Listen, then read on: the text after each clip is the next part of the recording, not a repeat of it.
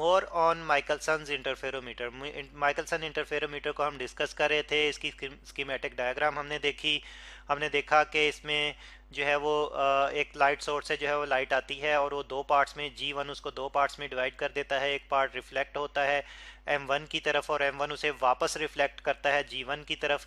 और फिर हमने देखा कि एक पार्ट जो है वो इस G1 में से ट्रांसमिट होता है, उसको हमने पार्ट टू कहा, बीम टू कहा। ठीक है जी, यहाँ पे ये बीम टू है, ठीक है, और ये बीम वन है।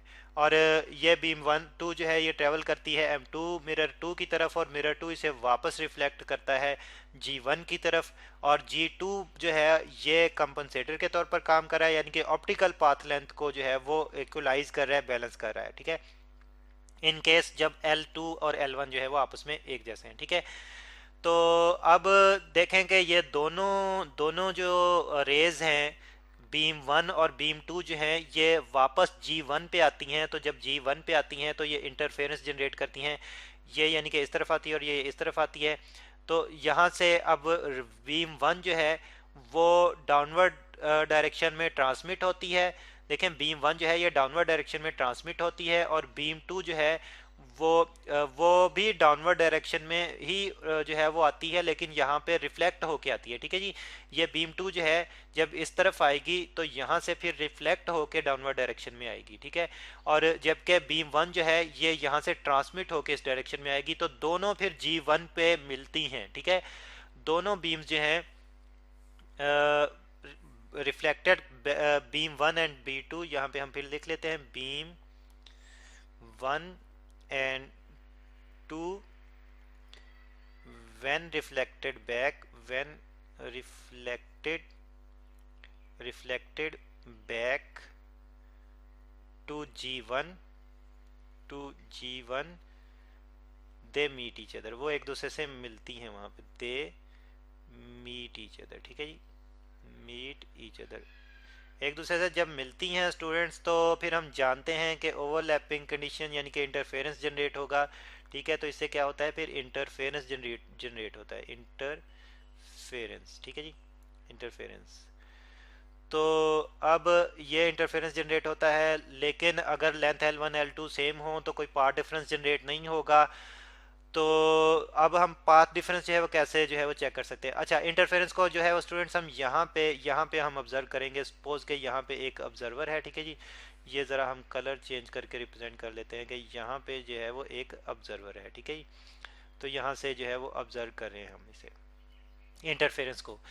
तो अब हम देखेंगे कि अगर हम देखें कि जब L1 L2 बराबर हैं तो कोई पाथ डिफरेंस नहीं होगा। ठीक है, तो हम कह देते हैं कि अभी मिरर M1 ने जैसे कि हमने कहा था कि डिस्टेंस मेजर करने के लिए हम इस डिवाइस को यूज़ करते हैं, तो हम मिरर M1। अच्छा, एक बात और भी जो हमने पहले डिस्कस नहीं की वो यहाँ पे लिख लेते हैं कि मिरर M1 जो है ये मूवेबल है। ठीक है जी, यहाँ पे हम लिख लेते हैं कि ये मूवेबल है, मूवेबल। ठीक है, मूवेबल, ये मिरर जो है मूवेबल है, जबकि ये वाला जो है ये फिक्स्ड है। ठीक है जी, फिक्स्ड। तो फिर अगर हम मिरर वन को जो है वो मूव करवाते हैं, जब यानी कि कोई भी उनमें उनमें पाथ डिफरेंस यानी कि उनमें डिस्टेंस का डिफरेंस नहीं है, किन में, M1 और M2 में, तो हम कहते हैं कि वो मिरर M1 जो था वो यहाँ पे था, और इस कंडीशन में हम कहते हैं कि उसका डिस्टेंस जो है वो ज़ीरो है।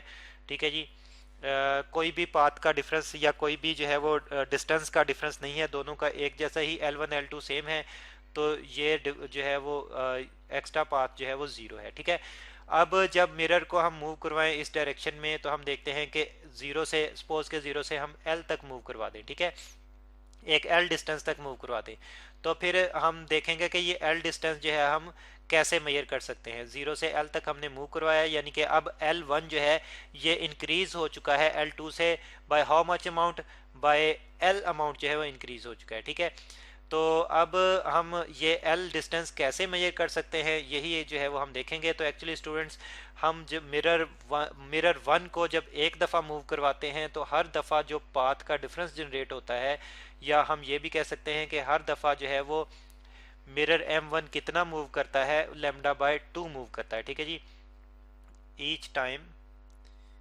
Each time M, capital M1। ठीक है, टाइम M1 moves distance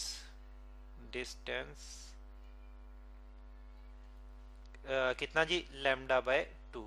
और हमें कैसे पता चला कि ये लैम्डा बाय 2 ही डिस्टेंस जो है वो मूव करेगा? तो स्टूडेंट्स एक्चुअली होता कुछ इस तरह से है कि जब हम मिरर M1 को मूव करवाना शुरू करते हैं तो एक ब्राइट फ्रिंज जो है वो प्रोड्यूस होती है, ठीक है। यानी कि यहाँ पे ऑब्जर्वर जो है एक ब्राइट फ्रिंज ऑब्जर्व करता है, ठीक है। तो देखें, ब्राइट फ्रिंज, ब्राइट, ठीक है, एक ब्राइट फ्रिंज,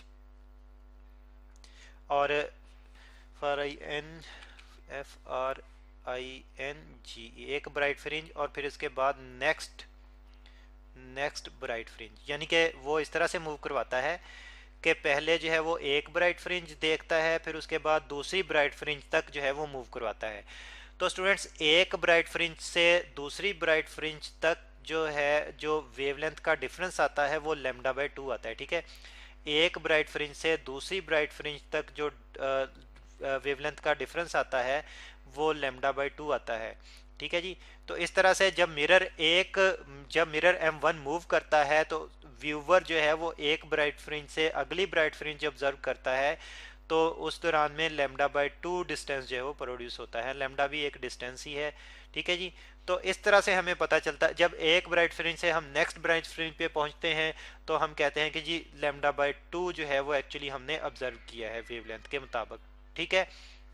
तो इस तरह से जो डिस्टेंस जनरेट होता है हर मूवमेंट में, यानी कि हर मूवमेंट से क्या मुराद, हर एक ब्राइट फ्रिंज से नेक्स्ट कंसेक्टिव ब्राइट फ्रिंज के दौरान में जो डिस्टेंस प्रोड्यूस होता है वो लैम्डा बाय 2 प्रोड्यूस होता है, ठीक है। अब सपोज के total number of bright fringes जो हैं, total number of bright fringes की अगर हम बात करें, नंबर ऑफ ब्राइट, ठीक है जी, ब्राइट फ्रिंजेस ऑब्जर्वर ने, यानी कि हमने ही जो है अब ब्राइट फ्रिंजेस जो ऑब्जर्व की, ड्यूरिंग, कब ऑब्जर्व की, जब हमने डिस्टेंस को ड्यूरिंग चेंज ऑफ L1, और L1 को कहाँ से हमने चेंज किया, फ्रॉम ज़ीरो से लेकर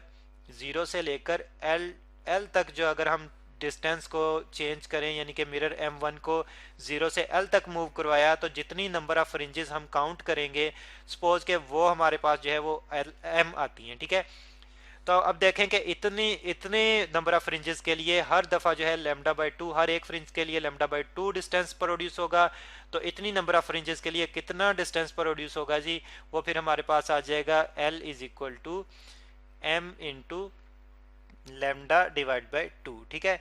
तो स्टूडेंट्स, इस फार्मूले से हम जो है वो टोटल डिस्टेंस फाइंड आउट कर सकते हैं वेरी एक्यूरेटली, वेरी प्रिसाइजली, ठीक है। लैम्डा जो है वो वेवलेंथ है जो हम यूज़ कर रहे हैं, और M जो है वो ब्राइट फ्रिंजेस हम काउंट करेंगे, ठीक है। तो अब कैसे प्रेसिजन जो है वो कैसे आती है ये भी हमने देखना है, ठीक है जी। इस इक्वेशन को हम कह लेते हैं, ये हमारे पास इक्वेशन 1 है। अब हम देखेंगे कि प्रेसिजन यहाँ पे कैसे आती है, ठीक है। तो देखें, अगर हम ब्लू लाइट यूज़ कर लें, ब्लू, ठीक है जी, लाइट, तो हम जानते हैं कि ब्लू लाइट की जो वेवलेंथ है लैम्डा जो है ये 400 नैनोमीटर है, ठीक है जी, 400 नैनोमीटर है। और फिर देखें कि एक ब्राइट फ्रिंज से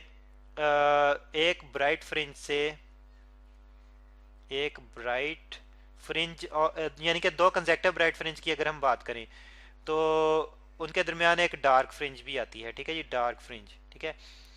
तो अब ये है कि जी ब्राइट फ्रिंजेस तो जो है वो हम काउंट कर रहे हैं, डार्क फ्रिंजेस हम काउंट नहीं कर रहे। तो डार्क फ्रिंजेस जो है वो दरमियान में जो है वो अनसर्टेनिटी प्रोड्यूस करेंगी, ठीक है। तो डार्क फ्रिंजेस का इफेक्ट जो है वो कितना, यानी कि ब्लू लाइट यूज़ करने से कितना कम हो सकता है, ठीक है। तो एक्चुअली अगर हम ब्राइट फ्रिंज से डार्क फ्रिंज तक जो है वो वेवलेंथ का डिफरेंस चेक करें, ठीक है, डेल्टा लैम्डा चेक करें, तो ये स्टूडेंट्स हमारे पास आता है यानी कि ये आता है लैम्डा बाय 4, ठीक है। एक ब्राइट से एक डार्क फ्रिंज तक का जो डिस्टेंस बनता है वो लैम्डा बाय 4 बनता है।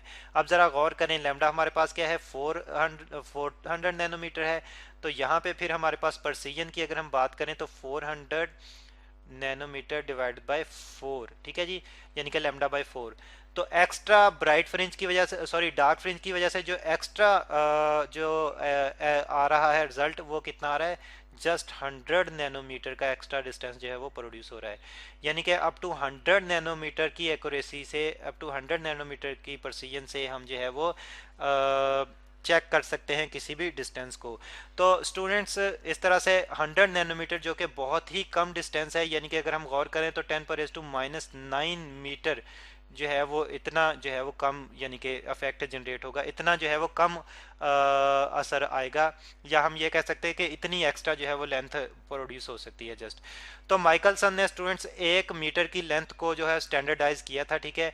1 मीटर को जो है इन्होंने स्टडी किया था और देखा था कि 1 मीटर जो है लेंथ जो है ये इक्वल है एक रेड कैडमियम की लाइट जो है, रेड कैडमियम लाइट यूज़ की थी, ठीक है। और फिर उसमें देखा था कि रेड कैडमियम की जो वेवलेंथ हैं, ये अगर 163.5 वेवलेंथ जनरेट हों, ठीक है जी, 5 वेवलेंथ जनरेट हों, तो तब जो है वो 1 मीटर डिस्टेंस प्रोड्यूस होता है। और 1 मीटर डिस्टेंस एक्यूरेटली उन्होंने यानी कि माइकलसन ने ये मेजर किया था। तो इस तरह से हम डिस्टेंस मेजर कर सकते हैं माइकलसन इंटरफेरोमीटर यूज़ करते हुए। तो ये है माइकलसन इंटरफेरोमीटर।